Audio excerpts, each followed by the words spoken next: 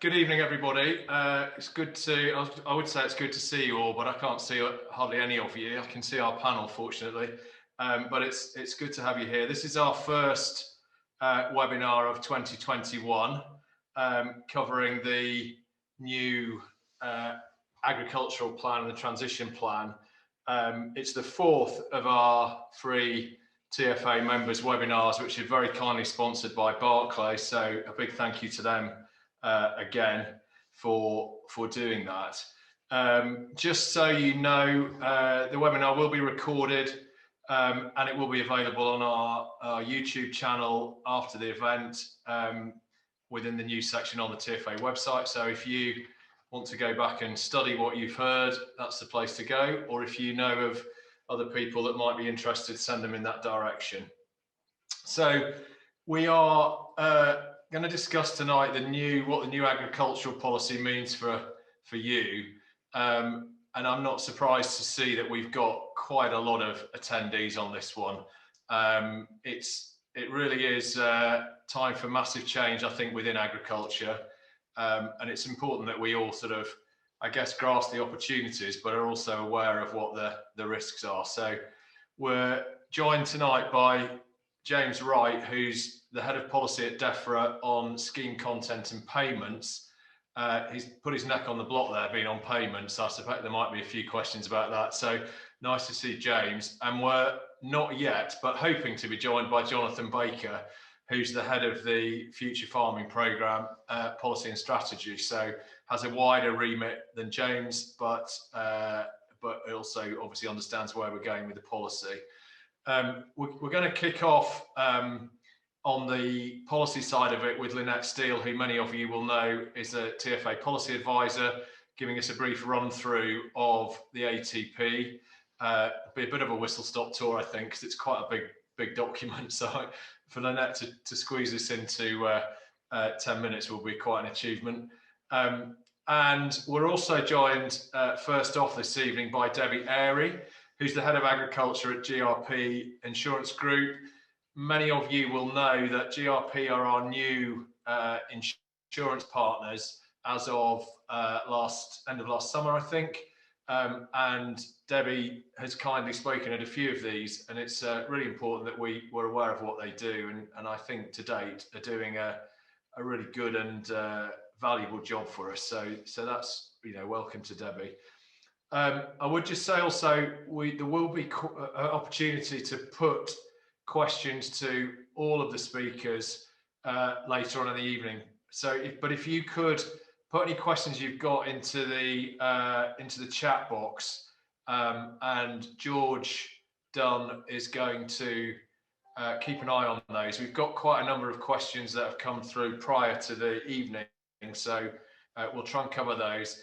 I'm afraid I certainly can't guarantee that all of your questions will be asked, and those we don't get, we'll endeavour to get answers from James, Jonathan, and see if we can't cover those. We'll cover them on the evening. So given that we've got relatively limited time, we've got about an hour, I think we should just kick off and get going here. So over to Debbie, who I said is the head of agriculture at GRP, and Debbie's going to give us a little bit of a tip on how we should manage our insurance. Good evening, everybody. Thanks. This is a real short, sharp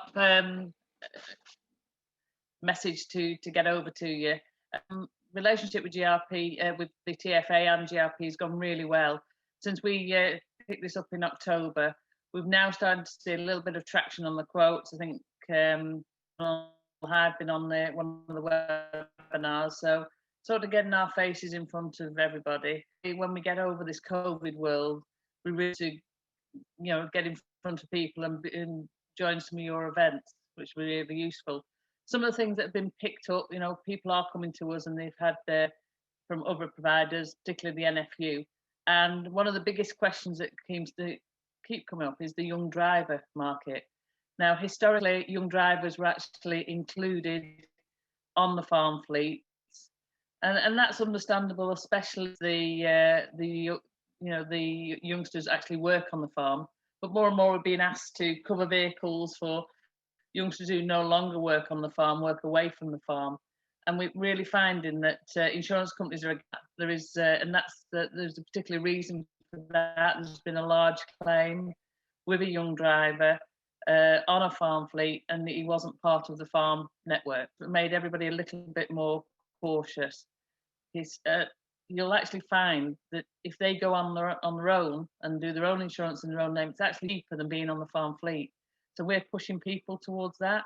We're encouraging them to get the youngsters to set up on their own, start earning their own no claims bonus. Historically, when you could save money, it made sense, but now when it's actually cheaper for them to go on their own, if they do have an accident, they do have a bump, it's going to affect the overall fleet policy.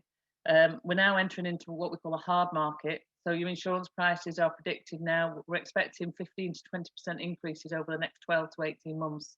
So we're really going to see, we're going to struggle as brokers to keep the prices down, to make it achievable, because everybody's going to be hitting into hard times. We're hitting into a recession. So I think basically the young drivers need to go on their own, have their own policies. Unfortunately, it is inevitable that some of them will have bumps, so you don't want them to be affecting the overall policy.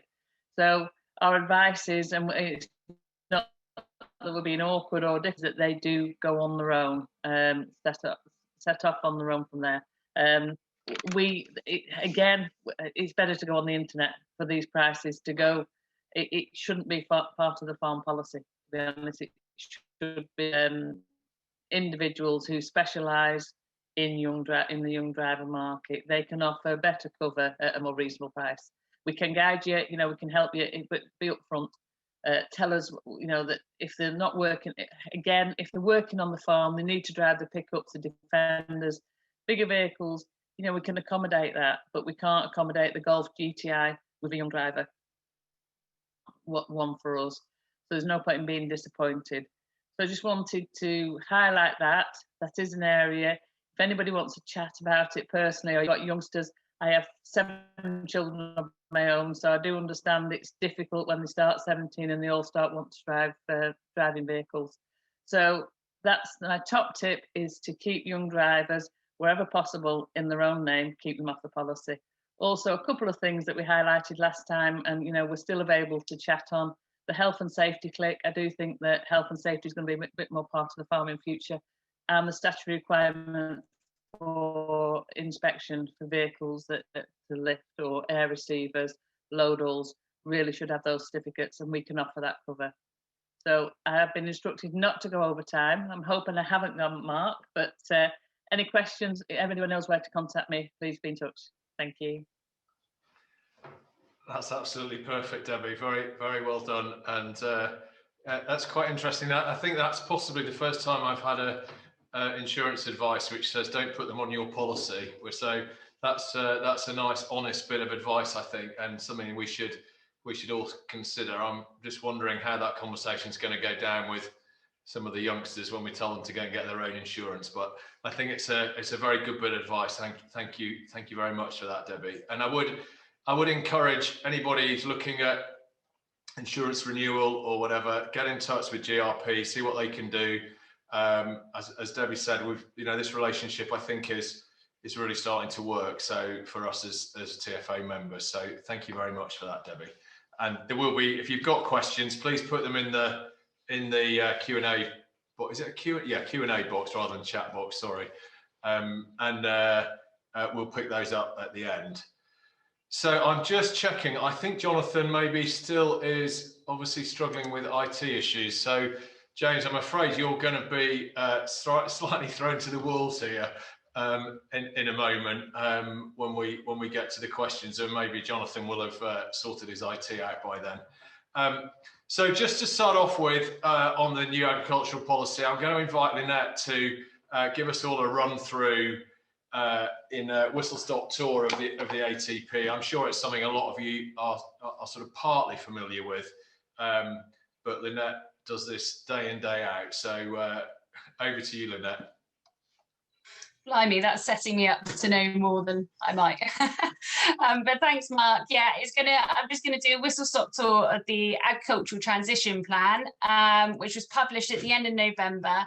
and which Jonathan and his team put together. So I'm really hoping he's going to turn up soon. So I'm sure the majority have had sight of the document in one version or another. However, for the purpose of setting the scene for tonight's webinar, I'm just going to run through the key points for TFA members. However, please feel free to ask questions outside of the schemes that I highlight in my whistle-stop tour.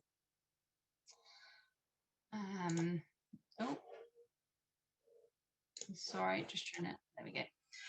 So the Agricultural Transition Plan sets out the pathway for agricultural policy from 2021 until 2027, at which point direct payments will cease. I just want to take this opportunity to stress to you that under the Agriculture Act, payments for farming an area will end in 2027. We have been told repeatedly that this will not be delayed. So for those of you that haven't thought about the fact that you're going to lose BPS, now really is the time to start thinking about it. I know it's an obvious comment, but I just wanted to reiterate it to everyone. However, all is not lost. The Agricultural Transition Plan sets out how agriculture will be supported through other means. The pot of money remains the same until the end of this Parliament. However, we will have access to it in different ways. This will be through the delivery of public money for public goods, which is a term I'm sure you've all heard plenty of times. That is delivering environmental benefits, health, animal health and welfare advancements, and reducing our emissions.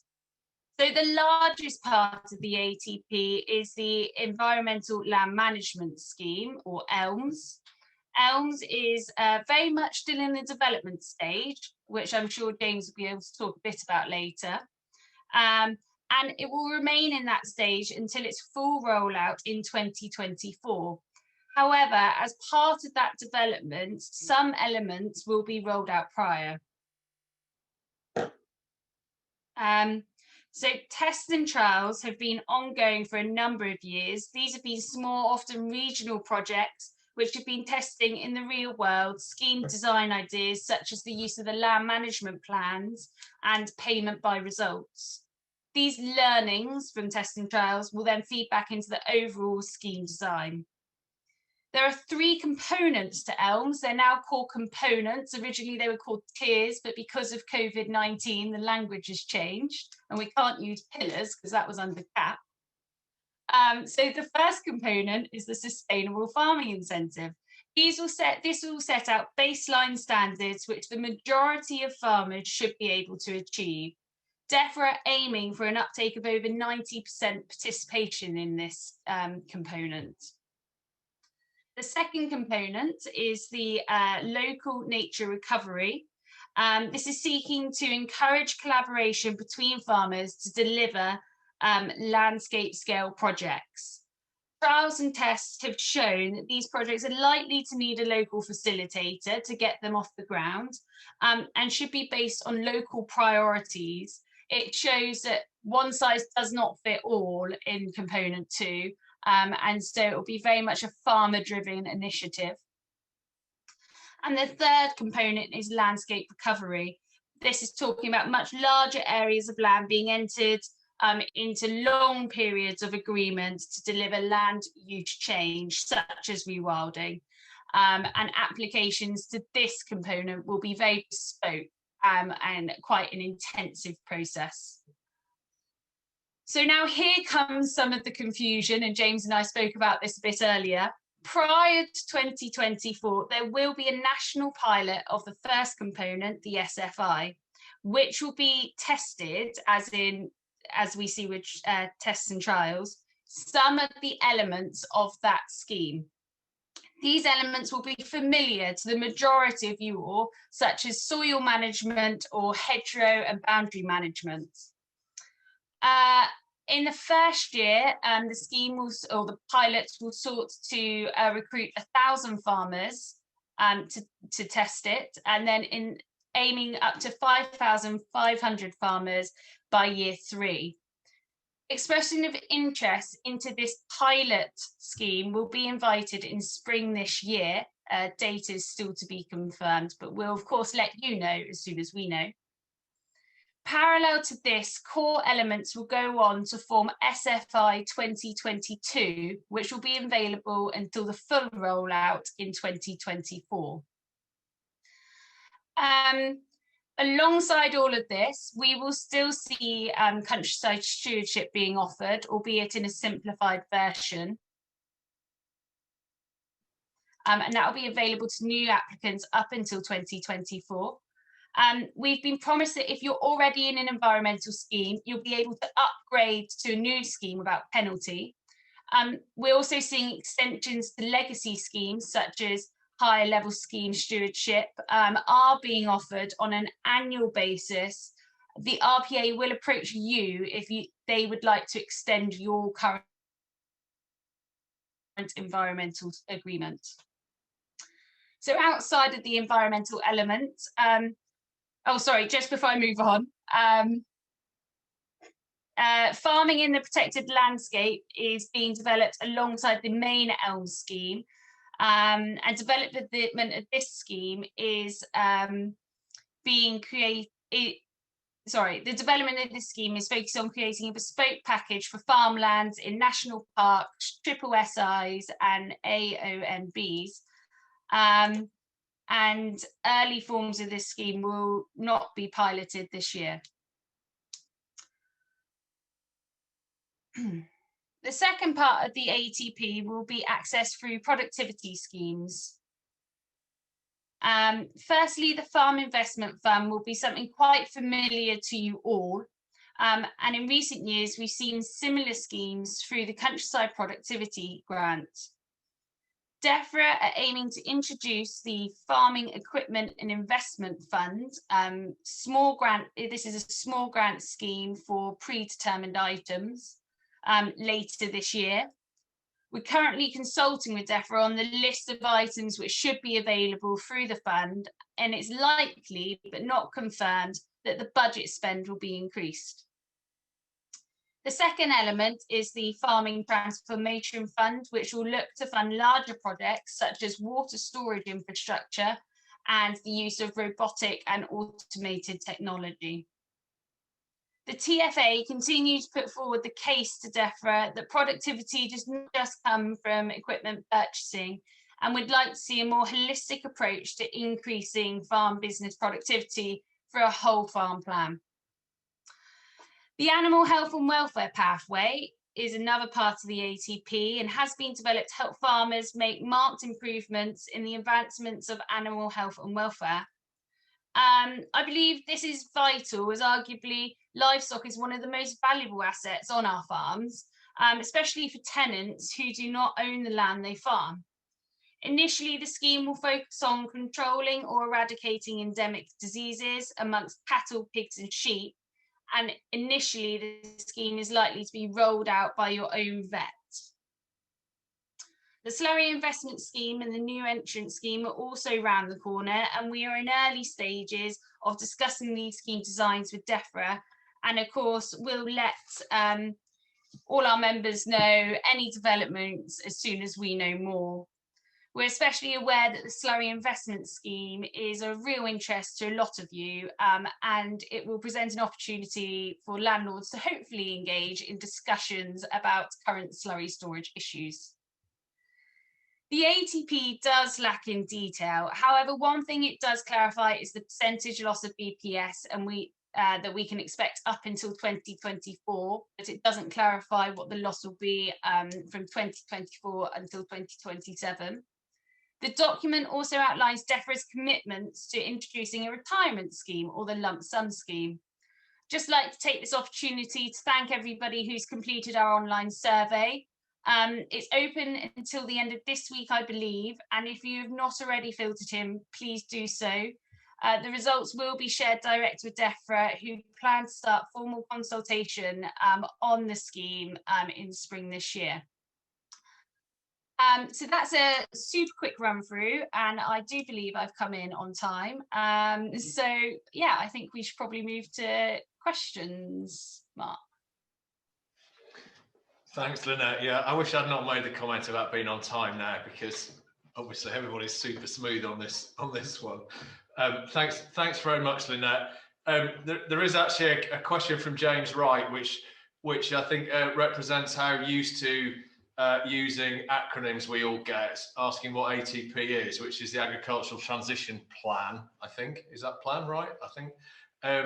So that's a very good point, James. Thanks for raising that. I think we all get very used to using lots of acronyms like ATP and ELMS and goodness knows what else. So it's useful to have it spelt out in full what it is. So yeah. No, that was a really useful run through, Lynette. I think there's a couple of things I'd just like to say before we perhaps just go to Q&A. I think the first thing is that what is apparent at the moment is, whilst we have some, I think, general direction of travel, the detail behind some of what we're going to be asked to do, or a lot of what we're going to be asked to do, is pretty scant at the moment. And certainly in all the discussions that we as a TFA are having with DEFRA and government and anybody that will listen, really, we are absolutely stressing that the detail on how this goes together needs to be given to us much sooner rather than later, because this is happening now. BPS is reducing now, and we need to know how we're going to replace that income if we want to get into these schemes, how we get into them, and what the payment rates are. But you can rest assured that we're all very busy, trying to engage and work with DEFRA and help them in order to bring these schemes together. The other thing, which is just a bit of a plea really from all of us, and I was talking to Lynette yesterday about this, is that it's really useful to have input from members as to what you are thinking about these schemes, what you are hearing. Sometimes I think it's possible to get quite close to the action, and it's really useful to hear what is actually happening out on the ground and what people are thinking. And we are, as an organisation, as we're very much here to represent your views. So please don't hesitate to send in emails, give Lynette or George or people in the office a call. Even if you don't think it's relevant, it really feeds into this. This is a massive change for agriculture, and we need to make sure that people's positions are or influences are clear, if you like. So I think without further ado, I don't think we have Jonathan with us yet, do we, James? Is he? No, I can't see him on my screen. So I'm going to. I'm afraid you're going to be thrown a bit to the wolves, James. But we'll do our best. We'll be very nice. We're a very nice group of people, and we will ask some challenging questions, I guess. So I think I'll just kick off, and we'll also, Lynette, if you'll just sort of hang around and be on call as well on this one, because I think there are a few questions that are sort of specifically aimed at what we're doing on this as well. So we'll pick up on those.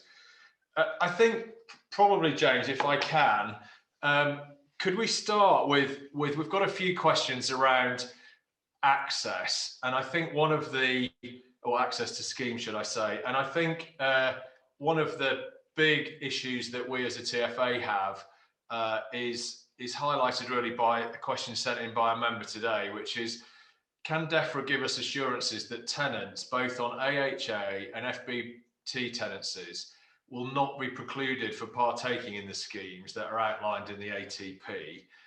And I would perhaps just add to that, how are you envisaging that will be the case? Okay, yeah, thank you. I mean, a really, really great question. I mean, first of all, just to sort of thank you for inviting me tonight. And also, I think particularly to thank Lynette, but obviously everyone else at TFA as well, who's been engaging with us on this for the last, the last few months, but also years, really. So in terms of sort of tenancies and how we make sure that, all the schemes are accessible for tenants, I mean, there's a couple of things we're doing really. One is just making sure we properly understand all of the potential issues around that. So, for example, with the environmental land management scheme, we know there are potential issues around the length of agreements, particularly where they're sort of longer agreements, and whether they're accessible to people on shorter-term tenancies, issues around sort of landlord consent, management control over the land, whole farm agreements, etc. So I mean, actually, we've had really great engagement over the past year or so, including through the discussion document we put out, but also bilaterally to really properly understand those issues. The second thing we're then doing, which is probably going to be sort of part of the answer to lots of questions, is really making an attempt to sort of co-design the scheme and properly test stuff out and try different ways of making things work to make sure that when it all goes fully live, that we have a solution that works. So we've had a sort of number of tests and trials ongoing for a while now. So I think it was about 70 at the last count, working with about 3,000 farmers. And they're testing out all sorts of different aspects of how the scheme could work. And then, as Lynette mentioned in the introductory presentation, we're also about to launch a pilot.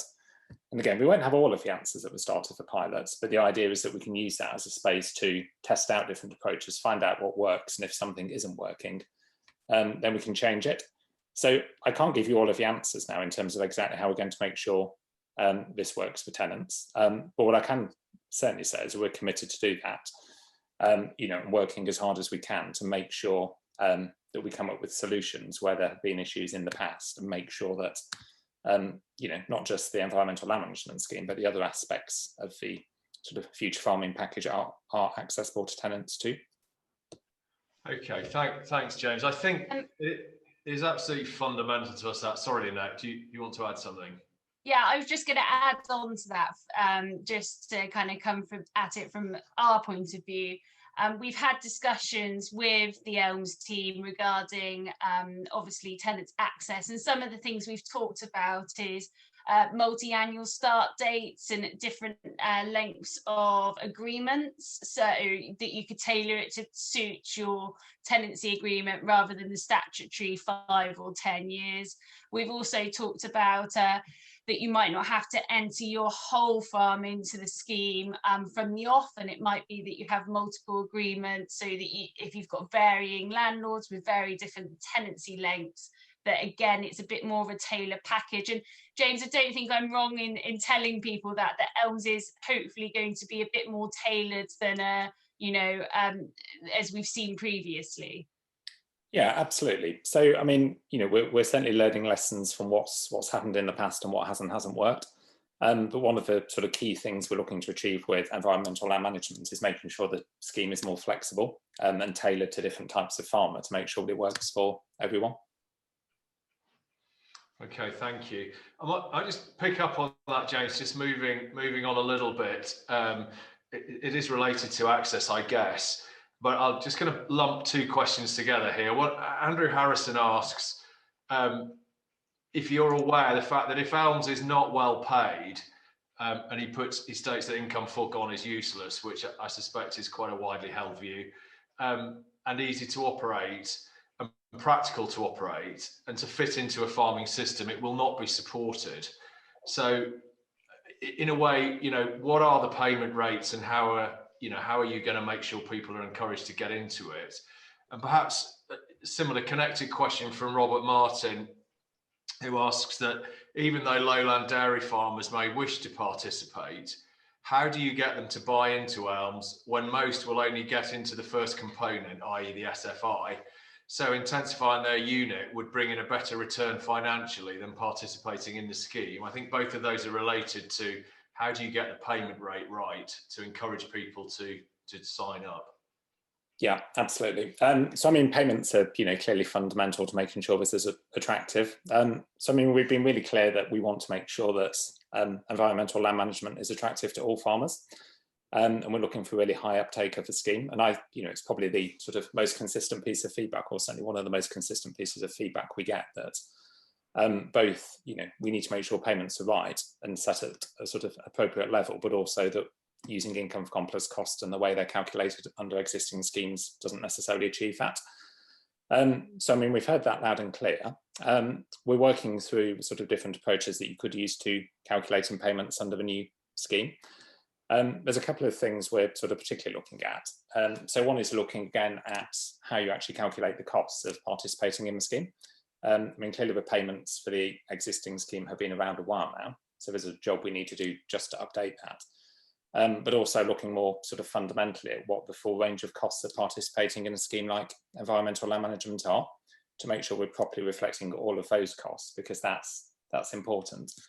But then one of the other key things about environmental land management is it's about public money for public goods. So we're also looking in detail at what the benefits of the different things that we would be paying for are. The sort of aspiration is that in order to drive high uptake, particularly of the actions which have the biggest benefits and deliver across a range of environmental outcomes, we'll need to set payments at a level that makes that attractive to a wide range of farmers. So, I mean, while we're not in a position yet where we can actually say exactly what the payment rates are, we are certainly very clear that we need to make sure they're attractive to meet the sort of objectives of the scheme. And we'll be setting out more information both around payments for the national pilot when we sort of launch that in the spring. But also we're looking to set out more information about payments for the 2022 rollout of the Sustainable Farming Incentive by June. So while we haven't put that information in the public domain yet, because it's still something we're sort of working on, we will be starting to sort of provide more specific information about that in the coming months. I mean, I think on the sort of question about dairy farmers, so I mean, clearly payments are part of this. We need to make sure it's attractive in the round, so it's easy to apply for, easily accessible, has the right actions in there that people want to do. So I think all of that is important, and addressing some of the things that haven't necessarily worked with what's gone before around being too prescriptive or inflexible or whatever it might be. I mean, I suppose ultimately it's going to be a business decision for each farmer as to what they want to do. But what we need to do, without repeating myself, is make sure that environmental land management provides an attractive offer that hopefully at least most farmers, if not all farmers, will want to take up. Okay, that's really useful. I mean, do you have the flexibility on the scheme as it goes forward if you don't think the uptake is high enough to adjust the rates? Yes, absolutely. So that's another thing we're looking at, actually, potentially reviewing rates more often. So rather than leaving them for a number of years. So yes, I mean, if we set a rate and the uptake is perhaps less than we want, then we could look to increase that. I mean, again, this is where we can also learn through the pilot. So if we have options in the pilot or the early rollout of a sustainable farming incentive and they're not being taken up, we can learn from that to make sure we reflect it in the payment rates going forward. Yeah. Okay, thank you. Michael Summers asked a sort of supplementary question on this. Do you foresee that the restructure is going to recompensate farmers or compensate farmers for the full BPS income via ELMS or by the full range of schemes? So, I mean, there's a commitment that the budget that's available at the moment will be in place until the end of this Parliament. Now, as the sort of BPS payments reduce, not all of that money is being used for environmental land management. It's being used for the full range of schemes that are set out in the agricultural transition plan. But in aggregate, the amount of money which is going to be going to farmers, certainly until the end of this Parliament, is going to remain the same. Okay. Thank you for that. I guess sort of moving on slightly on that, but again connected to it in terms of how ELMS is going to work. Stephen Crabtree asks, he said, we've been trying to use our BPS for reinvestment into infrastructure, etc. over the last few years. Have we been doing the wrong thing, bearing in mind that grants might now be available? And I'll just ask a sort of supplementary to that as well. We had a member emailed in today saying he'd been in countryside stewardship or stewardship schemes since 2003. So, has been doing quite a lot of environmental stuff already. How are you going to ensure that what he is doing or has done is still going to be eligible within ELMS, rather than just encouraging people that, if you like, haven't been doing that, will get, the more of the money? So I think they're both connected a little bit in how do you ensure that people who in their heads have been doing the right thing to date aren't going to be disadvantaged? Yeah, really good question. So I think there are two things there. I mean, one is, I think anyone who's already carrying out sort of actions that deliver environmental benefits on their land are going to be really well placed to benefit from environmental land management, because it's intended to reward exactly that kind of behaviour. So, you know, the types of things we're going to be paying for through environmental land management are, you know, going to be a sort of carry on of many of the things that are paid for at the moment. So I think, you know, if someone's already doing things which, you know, deliver those benefits, then they'll continue to be rewarded for that under the new scheme. I mean, the other point is obviously about the sort of transition. So if someone is in an existing scheme, how do they transition into a new environmental land management scheme? So I think Lynette mentioned in the introductory sort of presentation that you know, there's going to be sort of extensions to existing agreements until people can transfer into a new environmental land management scheme agreement. But the intention there is to make that, you know, as seamless as it can be. So there's not going to be a sort of gap, and people who are in an existing agreement won't be disadvantaged by that. So I think they have a sort of two key things really. Okay, thank you. Mark, sorry, can I just come in there and just reiterate my comments from earlier that we are still in the relatively early stages of the scheme design, and I think that people need to just consider and wait to see what that scheme design is before thinking that you're already going to be set at a disadvantage. These discussions are being had at our stakeholder groups, so I just kind of encourage everybody to wait and see what's coming down the line before thinking that you're already going to be at a disadvantage. We're working really hard to make sure that those people who are in these schemes already and have been running them for, you know, decades won't be disadvantaged. Yeah, I think that's a very good point, Lynette, actually. I think it's very easy. We're what, less than 2 months since the ATP was announced, and we're all making judgments onto where we're going to be now. And this is a long-term project. So yeah, point very well made, I think. James, just moving on, but sticking on payments, we've had quite a lot of questions around the retirement scheme and what it is going to do. I think rather than go through, and I'll just thank everybody before I don't mention anybody for all the questions we've had on the retirement, the exit scheme. In summary, a lot of them revolve around how do we know how much it might be worth? Can we put some kind of, you know, finger in the air figure on it? What is it actually going to allow people to do? And what will be, how will it be policed? In so much as how will you know that somebody has retired from farming, if you like? So there's quite a few questions in there about it. So I don't know if you could sort of cover the exit strategy scheme as a whole, James, for us. I'll do my best. So this is more Jonathan's area. So I have to be completely honest and say I'm not on top of the detail of that. Okay. So my understanding is we're going to be consulting on the detail of that. So actually, I don't, you know, I think some of those sort of points of detail around, for example, what the value will be, we don't know yet. But obviously, if we are going to consult, and I think I saw Lynette nod, so hopefully that's correct. That's obviously going to be an opportunity to, you know, sort of gather views and feed into that. But I'm afraid I wouldn't be able to sort of tell you about the detail of it because I simply don't know. Okay. Lynette, we've had quite a lot of questions on that. Could we just maybe make a point to catch up with Jonathan as and when he comes back online and just see if what more detail we could send out to members on that, because it's quite a burning question, I think. So yeah, absolutely. Just, you know, in a nutshell, with regards to the lump sum scheme, yes, we are waiting for the consultation to be launched in spring.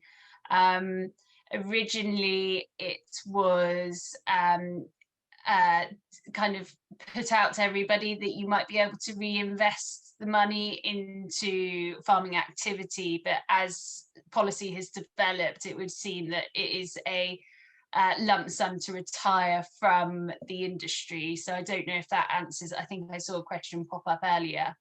As and how it will be policed or what the lump sum will be is still to be seen, and various discussions obviously ongoing with Treasury about that as well. So I will certainly try and do a larger piece on that to our members once we find out more down the road. Okay, thank you. I think maybe just moving on a little bit, James, about sort of some I can't get my words out now, some specific groups We've had a question from Helen Radmore, who's down in Devon, saying it's regularly reported that Commons environmental agreements have not produced the required outcomes. Do DEFRA recognise leaving ill-equipped commoners associations to handle vast sums of money and to police themselves need to change going forward into ELMS? Yeah, so I mean, really good question. So I mean, clearly Commons, can in many cases deliver significant environmental benefits. So we certainly do want to make sure that environmental land management works for Commons, and we completely recognise that there are challenges around that. I think probably the answer is going to be relatively similar to one I gave earlier in response to a different question, which is, we're doing lots of sort of engagement with people about properly understanding what those challenges are and what the potential solutions might be. We're already testing the sort of range of things that we could do through the test and trials. So a number of those are working with people who farm or manage common land to really properly understand, how the different options could work around that. And then it's also something we'll want to test further through the pilot. So something we're very much aware of and clearly want to make sure work, given it's such a large sort of segment of the farming population. Okay, well, I think that's good to hear, because I think it's a big area which has been difficult under BPS. So it would be good if it's a better organised scheme under the ELM scheme, I think. Lucy Gilbard asks, could you give any more detail on the new entrant sort of young farmer options? Well, again, probably not in detail because it's not something I'm that familiar with. I think there's a couple of bits to this. So, one is, as part of this wider package, we're also looking at making it easier for farmers to leave the industry if they would like to do that. Obviously that has a sort of impact in terms of potentially making it easier for people to enter. And then the second part of it is about providing specific support for new entrants. But I'm afraid, again, I'm not really in a position where I could talk about the detail because I simply don't know. So I'm sorry about that. But okay. Again, it's something we can certainly follow up on. Okay, thanks, James. And again, quite a specific question, but Dennis Matheson, who's our TFA Cymru chairman, asks about whether Welsh farmers will be able to claim whatever English support is available on the English part of their farm if this land on its own is less than 5 hectares. And secondly, will English farmers who have in the past used cross-border land in Wales in order to reach the minimum claim be able to claim on their land in England? This is a cross-border issue, obviously. So yeah, I don't know if you can answer that in terms of what people can or can't claim on. Well, I can certainly say what we're doing around that in terms of rolling out environmental land management, which is obviously sort of within England. So Wales are looking at their own separate scheme. So probably 2 points again. So one is that one thing we're looking at is whether we want to have a rule like the 5 hectare rule as part of a new scheme. So we haven't taken any decisions around that, but we are aware that it does sort of have the impact of excluding smaller farmers. So we're looking at what the options around that might be. So for example, whether we want to have a rule like that at all, whether you could potentially reduce it, or whether you might look at having sort of a minimum claim size or something a bit different. Okay. So that again is something where, there's a range of different things we could do. As part of that, we're certainly aware of a cross-border issue as well. So, the sort of intention is that where you have a cross-border farm, the sort of parcels of land which are within England can be sort of claimed for within environmental land management, and likewise for the sort of Welsh scheme on the Welsh side of the border. But definitely aware that where someone has a cross-border farm, that potentially if we do have some sort of minimum claim size or whatever it might be, that can potentially have sort of unfair impacts where people have quite small amounts of land on one side of the border. So I don't have the answer in terms of how we're going to solve it, but it's certainly an issue we're aware of and looking at. Okay, right, thank you. James, I'm going to give you a little bit of a break now. I'm conscious we're firing a lot of stuff at you. And I'm going to try and bring George Dunn in, our Chief Executive, if he's George, good. We're getting a few questions. I'm going to just ask a couple of specific ones, but the general thing I'd like you to just maybe comment on, George, is a question that Mark Wilson probably just sort of brings everybody's thoughts together is, do you think rents on AHS will be under pressure to come down? Agents in the past have used BPS to argue that rent should increase.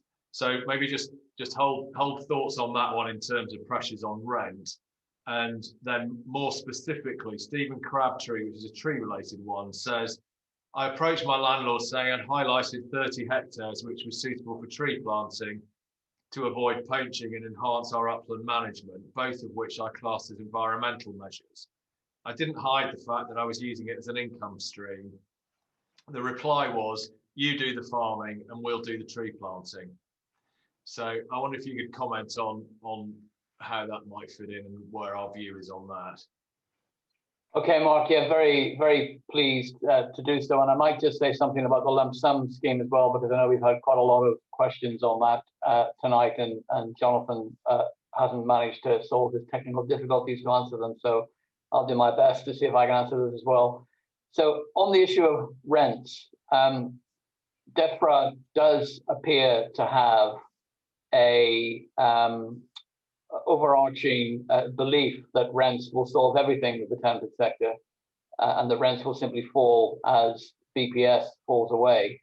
I think there will be an impact on rents from BPS reducing, particularly given the plan gives us a clear view of the pain up to 2024, but doesn't give us a clear view of the gain in terms of how these new schemes will operate. But I'm not sure that we're going to see as big a fall as might be predicted in the models. Certainly, AHA tenants, those with regulated rents, will be able to argue their case much more soundly. Those on FBT agreements where the rents are open market might still take a while to come down, particularly when there's alternative potential uses for that land. But certainly, rents is the one area where we will be advising our members to go hard in situations where they are losing out a considerable amount of money and aren't able to recoup that through ELM. And our next webinar at the end of the month, end of next month, we'll be looking at rent reviews specifically. So rents will adjust, but I don't think they'll adjust in the full way that the DEFRA models might suggest. And interestingly, I saw a question today tabled by Luke Pollard, who's the shadow DEFRA spokesman, asking the Secretary of State in the House of Commons what criteria they're using for the rent models in this scheme. As far as trees are concerned, traditionally trees have been an issue which are reserved for the landlord, and in most tenancy agreements you will see tenants don't have responsibility for trees and aren't allowed to plant trees.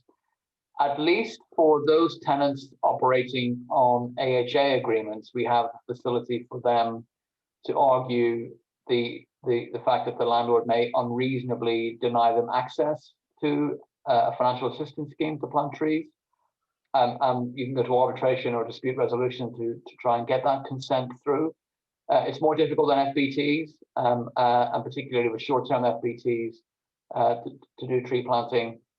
And as James said earlier, we are still discussing with DEFRA in relation to scheme design, how we can get tenants to have access to those elements of the scheme, which we know DEFRA is quite keen on in terms of the tree planting issues. And finally, just quickly, Mark, on the lump sum stuff, we are expecting a consultation in the spring. It is true that the aspiration that DEFRA has for the lump sum scheme has narrowed. So it was about initially providing a lump sum which you could use for investment on the farm or investment off the farm or for retirement. It is now clearly only a retirement payment, and it may be capped at a level because there is a concern that it might be too attractive and might be too expensive for Treasury in one go. It'll be a one-off scheme in 2022. The idea is that you will need to be out probably by 2024.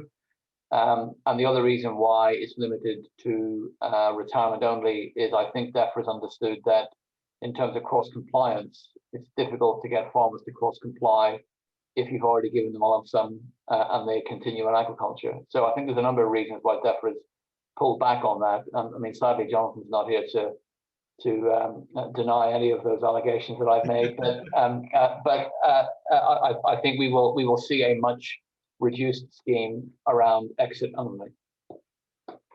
Okay, Thank you, George. That's yeah, very useful. Thank you. James, just sort of changing tack a little bit. We've had a couple of questions sort of related to each other from Oliver Parsons and Nigel Richards. So, it says, is it possible that there'll be environmental offset income generating opportunities on land? Is it likely that these will be accessible under ELMS? And indeed, how would they be accessible to tenants? So we're talking carbon credits and biodiversity net gain, that kind of thing. Yeah, so I mean, there's a sort of range of different sort of things within that, both government schemes like biodiversity net gain, but then also sort of opportunities within the private sector around carbon offsetting and so forth. So for all of that, we're sort of working to make sure that any funding that's available through environmental land management can sit alongside the funding that's available through other means, because we want to make sure that where it makes sense to do so, people can sort of carry out actions using a range of funding, but obviously avoiding sort of paying twice for the same thing where we can. So for example, on biodiversity net gain, we're working very closely with the team in DEFRA who are developing that to make sure that does work alongside environmental land management, and similarly sort of working sort of externally to look at how ELM funding could sit alongside other sources of private finance. I guess the other specific issue in relation to tenants is that sometimes these are sort of quite long-term land use change. So for example, I think for biodiversity net gain, it's 30 years or more, and similar for some other sort of private schemes as well. So I completely recognise that's going to be an issue in many cases for tenants. But I mean, we're working to make sure that the scheme does work alongside those as best we possibly can, without making things too complicated, and making sure we don't crowd out other opportunities for people to access funding where they can. Okay, thank you. Yeah, and I think that probably highlights one of the issues you've got with a lot of the schemes is where they are longer term schemes, and certainly in I'm going to call them tiers 2 and 3, but they're not tiers anymore, are they? Whatever they are. Certainly in those levels, they are longer term things, and I think this is a real concern for tenants as to how they access that. So that really does need addressing, I think. And Mark, the other thing just to bear in mind on those issues around carbon credits and biodiversity net gain is to make sure that people are looking at their tenancy agreements very clearly, to make sure that they can use the land and the facilities that they've got to claim those credits, because quite often now we're seeing new agreements drawn up by landlords where the landlord is reserving the right to use bits of the holding for things like biodiversity net gain, carbon credits, etc., ecosystem services. So people need to be very cautious before they sign up to new agreements, get those agreements checked to make sure that they're not signing away their right to be involved in some of these new markets. And for those who have got existing agreements, either AHAs or FBTs, just make sure that someone's looking at them to make sure that they've got the right to use those individual elements for those credits. Interesting. Thanks, George. Thank you for that. I can't let this one go, James. You might not have a perfect answer to this, but there is a sort of a point around advice and the role that advice plays in ELMS and where it sits in terms of who's paying for it. The Secretary of State was reported in the Farming Press earlier in the week saying that it's common for farmers to pay agents up to £5,000 for advice on filling in financial support claim forms. I suppose on the one hand, where has that information come from? And secondly, does that indicate that DEFRA feel that these schemes will need farmers to pay external advisors in order to enter the schemes? Yeah, good question. So I think certainly for the sustainable farming incentive, the intention is that that's a sort of simple and accessible scheme. So we wouldn't necessarily expect that farmers would need advice to be part of that. The idea is that we're going to design quite simple packages which are tailored to different types of land, for example, or different types of farming practice that farmers could sign up to. So for that scheme, I don't think advice would be needed. That's not to say farmers couldn't choose to take advice, but I think the intent is certainly to design it in a way that that's not essential. For the sort of local nature recovery component, I think advice will have a sort of greater role. So this is another one that we're particularly looking at through the tests and trials, both in terms of how that sort of advice might work and what type of advice might be needed, but also how it's accessed and how it's funded. So that's really another one where I think there's sort of more work to do to continue learning from the work that's already happening before any final decisions are taken.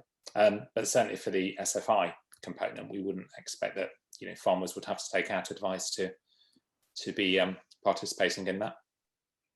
Okay, thank you. Yeah, I think that's advice is it's quite a hot topic, I think, and I think I'm pleased to hear you say that certainly in SFI you don't think it's going to be a requirement for somebody to need advice to fill the form in, because all too often that I think has been the case in some of the schemes. So it's good to hear that's not going to be the case.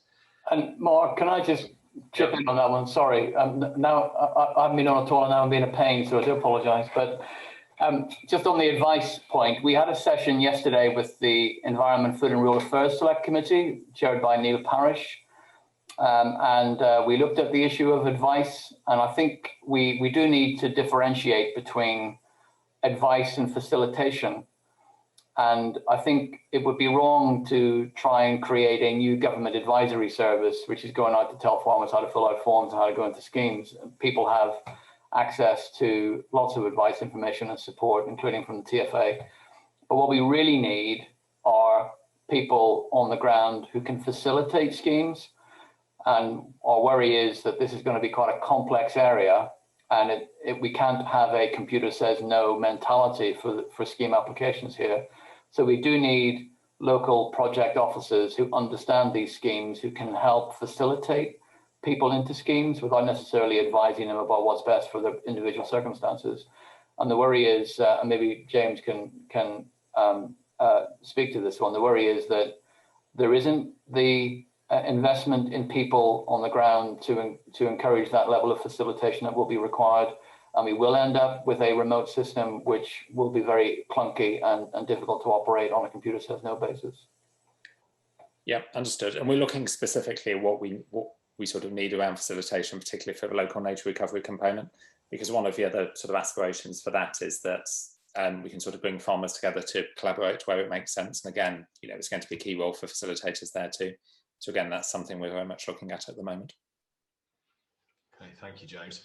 Alan Hutton asked quite a good question here, I think, is if funding is only guaranteed to 2024, i.e. the end of the Parliament, how can anyone consider joining ELMS or a scheme that runs past 2024 when there's no guarantee that there's any funding to support them? Yeah, good question. So possibly I don't want to sort of mislead here. So the sort of total level of funding has already been guaranteed by government up until the end of this Parliament. Sort of beyond that, there's not a firm commitment about the level of funding. I wasn't suggesting that funding might end. So I mean, clearly, if you're signing up to an agreement now, that will run for the duration of that agreement. But yeah, I'm certainly not attempting to suggest in any way that there might not be funding for this beyond 2024. Yeah, no, I think it's a fair point though, given what people are looking at. 2024 is a big year, isn't it, for ELMS coming in, the change of government potentially, or this one continuing. I guess just to kind of round it up, James, we're coming to the end of this, and I would say a massive thank you for fielding all these questions and putting yourself out there. I expect you've got a pretty sharp email for Jonathan when we finish this. but no, thank you very much for attending, and it's been really good to get this engagement. I hope I can speak for everyone that's attended tonight in saying that, because I think it's a really good opportunity for us to be able to ask you and sort of hear it from the horse's mouth, as it were. So thank you very much for that. Just as a final sort of wrap up, does DEFRA, could DEFRA describe in a few words, I guess, what you think, what does a good outcome to the ATP look like in say 5 or 10 years time? Yeah, very good question. So, I mean, first of all, just a huge thank you for inviting me again. I apologise, Jonathan wasn't able to make it. I won't be sending a sharp email, and apologies, I can answer a couple of the questions, but hopefully I've answered most of them. So I think really, I mean, the sort of key thing here is making sure that, you know, farming moves to a sort of sustainable footing, you know, without direct subsidy through BPS, but, you know, continues to sort of produce food, and also, you know, do things in a sort of environmentally sustainable way. So the agricultural transition plan talked in a bit more detail about what the sort of future vision is, but I think they're the sort of key elements of it really, and making sure we do this in a, you know, gradual way, working with farmers to make sure we bring you with us and, you know, things work. Yeah, okay, thank you. I think, yeah, I think it's there's so much change at the moment, but having a sort of a feel for where we're headed, you know, what the actual outcome is going to be is really valuable, I think, in knowing where we're wanting to go, where DEFRA and, you know, public money for public goods, where do the public want to spend their money, what do they want us to do, and how do they want us to do it, I think is really important. So we're just about running out. I'm very conscious that I put pressure on Debbie and Lynette at the start to make their timings absolutely spot on. So I'm absolutely going to finish this at 8 o'clock. I'm not going to set myself up for a fall here. Having said that, I'll probably wrap it on there. So I don't know, Lynette, if you've got anything to add just before we go to summarise what we've heard. I'm not going to try and summarise what we've heard because we've got through quite a lot. I was just going to make the comment that thank you for everybody attending, which I suppose I'm stealing your thunder there, Mark, and all the questions. We will work through those questions, and I will speak to Jonathan with a sharp email in place of James. And we'll try and get a Q&A session with him, whether that's not virtual, it might be something in print that we send out to members. So thank you very much. And as Mark said at the beginning, always welcome everybody's comments and phone calls, however trivial you think your concerns are. Trust me, they're really not. And I enjoy speaking to everybody on the phone, especially in lockdown at the moment. So yeah, thank you. Yeah. No, thank you very much, Lynette. So I'll wrap it up. First of all, a few things. Sorry to anybody whose questions we didn't get to. We really have had, you know, people have been pretty active on the Q&A. We had quite a number coming in. I hope I think as Lynette said, James has covered a lot of ground in 45 minutes, and a massive thank you again, James, for that. Thank you also to Debbie for kicking us off, and perhaps highlighting, James, you can take away that our insurance bill is going to go up by 15 to 20%. So we're going to have to fund that from somewhere. So maybe that can be part of ELMS as well. So thank you both, Lynette and James and Debbie, for contributing this evening, and to you, George, as ever, really useful. I hope we've answered a good number of questions. There's a long way to go with this, and continuing to engage. And I think Lynette made a really important point earlier in the evening about, you know, don't jump to too many conclusions just yet. You know, there's a lot of engagement going on. DEFRA are asking for our views. We're not backwards in coming forwards in telling them what we think, and we will continue to do that. So and any input from you guys as members is massively helpful. So you know, that's great. And any questions we haven't answered, we will try and get back to you on. Just a quick reminder, the next one of these seminars is on the 25th of February. It starts at 7 o'clock. It's also sponsored by Barclays again. So once again, a big thank you to them for sponsoring this run of webinars.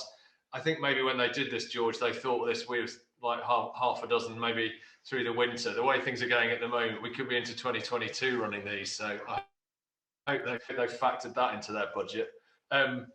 Topically, it's about practical advice for approaching rent reviews. We've had a lot of questions, again, and George answered them, about pressure on rents. You know, what we do know out of the ATP is our BPS is going down. What we also know is BPS is related to rents in some way.